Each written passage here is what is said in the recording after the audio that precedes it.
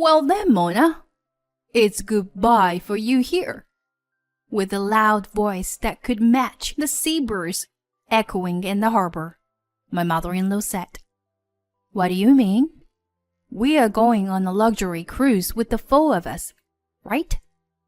As I said that, my mother-in-law twisted the corner of her mouth and continued with an even nastier expression. Did you think that someone like you, who is worse than a housekeeper, could come with us on this cruise? How shameless of you! You're just a payment clerk. A useless daughter-in-law doesn't need entertainment, and you can't spend a vacation at the same level as us. You're so stupid for not even understanding that. I didn't say anything to her terrible arguments. In an everyday life where I was always being bullied without anyone on my side, I had already given up hope. My mother-in-law laughed rudely and got on the ship in a vacation mood. Beside her, my father-in-law and husband didn't say anything. I stared at the three of them in silence, and as soon as the ship departed, I waved my hand and shouted loudly, Goodbye! I wish you good luck! Upon hearing that, my mother-in-law started shouting at me, but I just shrugged it off. You are about to embark the best trip I have set up for you. Well, it's the best for me anyway.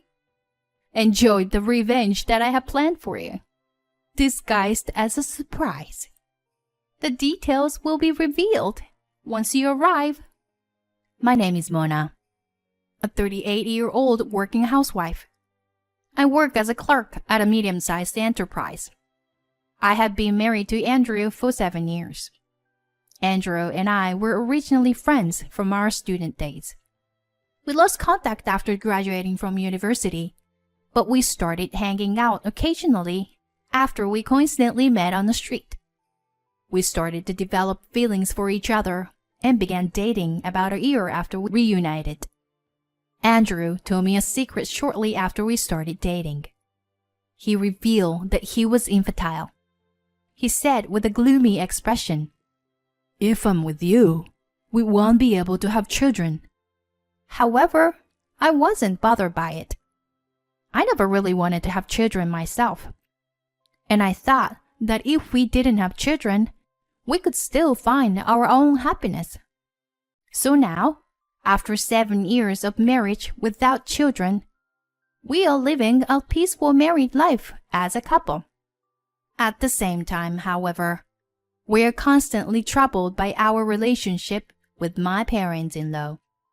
Our house is located right across my parents-in-law's house, and since Andrew also works for the company that his parents run, we often interact with them. I'm not complaining about that.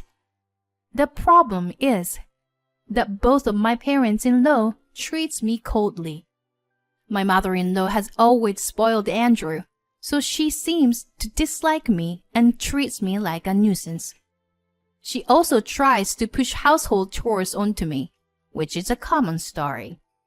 Mona, I'm busy with work, so you could do the laundry and cleaning for me. Oh, you don't have to cook. I can't eat the food you make anyway.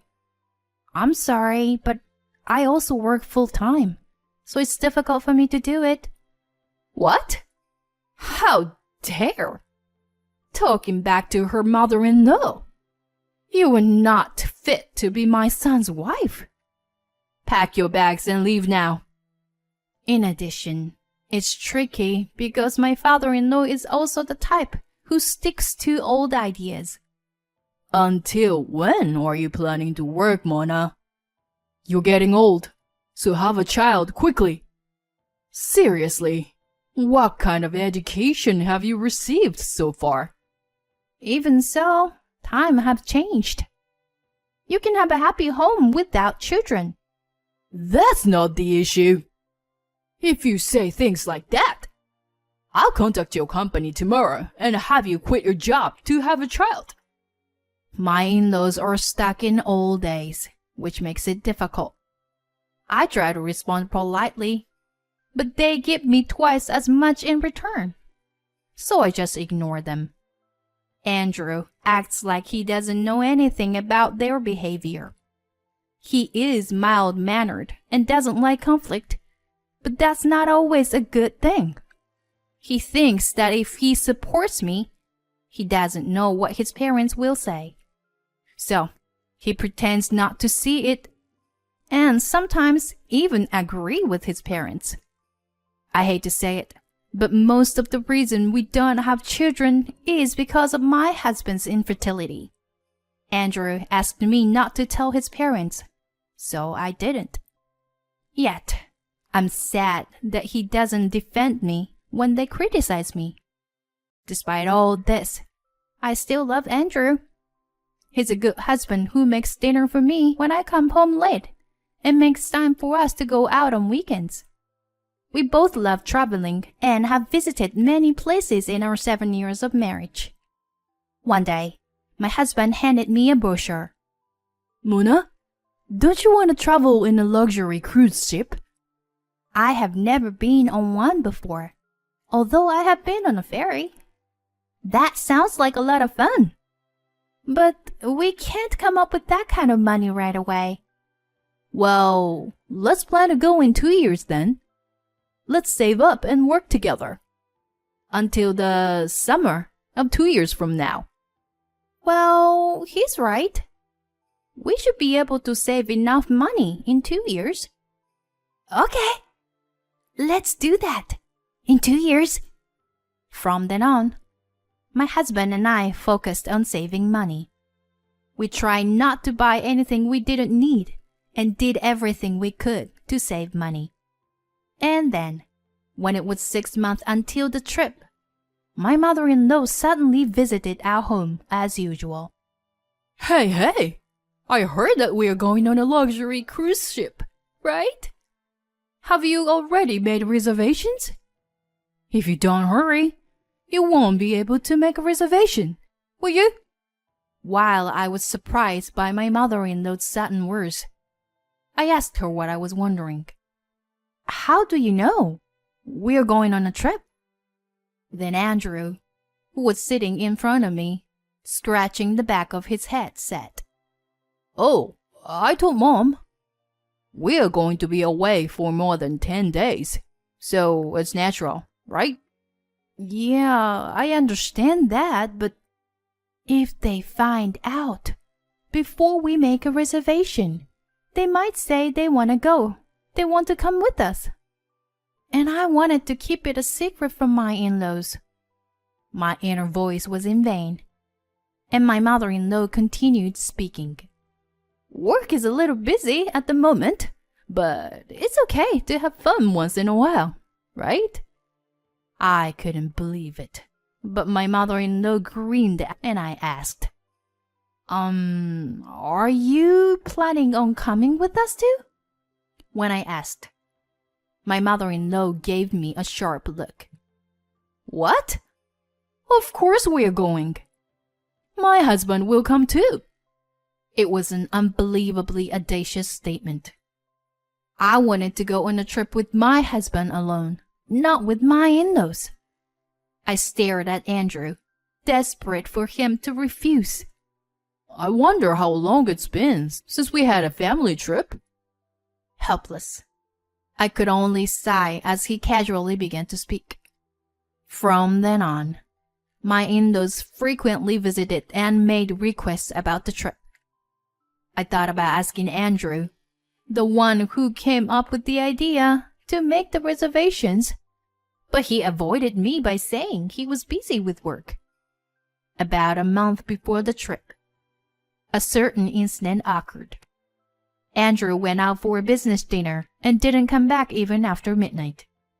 I became worried, and I took the car keys to go to the restaurant where the dinner was being held to pick him up. Just then, the front door opened forcefully. I'm home. I'm tired. I'm going to bed. Andrew took off his jacket and went straight to the bedroom. I was worried and had stayed up until late at night. But but he was acting as if nothing had happened. Feeling lonely, I picked up his jacket and something fell out of the pocket. I hurriedly picked it up, and it looked like a small gift box. A message card was stuck between the ribbon. Without thinking, I looked at the card, and there were unbelievable words written on it. Thank you always, Andrew. I love you. My blood ran cold. Various questions circled around in my head. Who was he meeting with just now? Who gave him this gift? What does this message mean? As I continued to think about it, I couldn't sleep and spent the night in the living room. The next day, my husband woke up carelessly with a big yawn. I presented the gift box and message card to him. What is this? Where were you yesterday? It wasn't a business meeting, was it? Andrew immediately opened his eyes and looked surprised. No, it's not that. It's just that, as thanks for helping her with work. I see. That's quite a passionate thank you, saying I love you. When I said this, Andrew started stammering and repeating words. No, that's not it. It's just that. Feeling fed up with the situation, I decided to leave my husband and go to work for the time being. I still felt uneasy, but I managed to finish my work. At lunchtime, when I turned on my smartphone, I saw that there were a lot of missed calls from my in-laws. Just as I was feeling annoyed, my mother-in-law called me again, so I had no choice but to answer. Hey, Mona. I heard that you suspect Andrew of cheating on you. Our child would never do such a thing, you know. Even if he did cheat on you. That's just a man's instinct. Excuse me? After my mother-in-law spoke in a forceful manner, my father-in-law immediately took over the phone. That's right. If anything, it's your fault for doing something to make him cheat on you in the first place. Andrea only cheats because you don't have children and are always working. When you get home, make sure you apologize to my son. Got it? My father-in-law said whatever he wanted, and then immediately hung up the phone. I had finally had enough. My in-laws, who were turning me into the bad guy, and my husband, who didn't protect me, and even sided with them all these years. I finally decided to execute the plan I had been thinking about for a while. And finally, the day of departure of the luxurious cruise came. My in-laws and Andrew got in the cart with smiles on their faces. I was going to drive to the port and board the ship from there. I secretly felt excited. It's going to be a great trip. While holding back my urge to laugh, I drew up the car towards the port. The port was surprisingly quiet and empty. I unloaded everyone's luggage and headed towards the pier. I smell the sea. Andrew is acting carefree and childish. Then, at the moment, my mother-in-law approached me with a big smile on her face. Thank you for making the reservation, Mona. Let's meet again in 2 weeks. Please pick us up. What do you mean? We are going on a family trip with 4 of us, right? My mother-in-law twisted her mouth and made a malicious face, and continued. Oh, a daughter-in-law is just a stranger to us. Don't you get it? As long as you pay the money, we're good. I didn't say anything. My father-in-law and husband were happily flipping through travel magazines. Andrew noticed my gaze, shrugged his shoulders, and said shamelessly, It seems to be like that. By the way, I can't see a luxury cruise ship anywhere. Where is it? My mother-in-law looked around suspiciously. There don't seem to be any other passengers either. Did you get the correct location, Mona? Don't worry. Please enjoy yourselves from here on. I led the three of them onto the boat. Is this really the right ship? My father-in-law muttered, looking at the boat in front of him. It was a small boat that seemed to be full with just 10 people. So I explained to them. You will transfer from this boat to the luxury cruise ship. It's a security major, they said. So, don't worry. Now, get on board. Hurry. I forced the three of them onto the small boat with their luggage. Well then, please take care. I called out to the boatmen, and they departed. Goodbye. I wish you good luck. I waved goodbye with a big smile to the three of them. I thought I heard my mother-in-law shouting something, but I ignored it. After confirming that the three disappeared beyond the horizon, I picked up my belongings and headed back to the cart. I hope this will be a fun trip. Later, I returned home and immediately gathered my clothes, appliances, and furniture that I had bought before getting married in one place.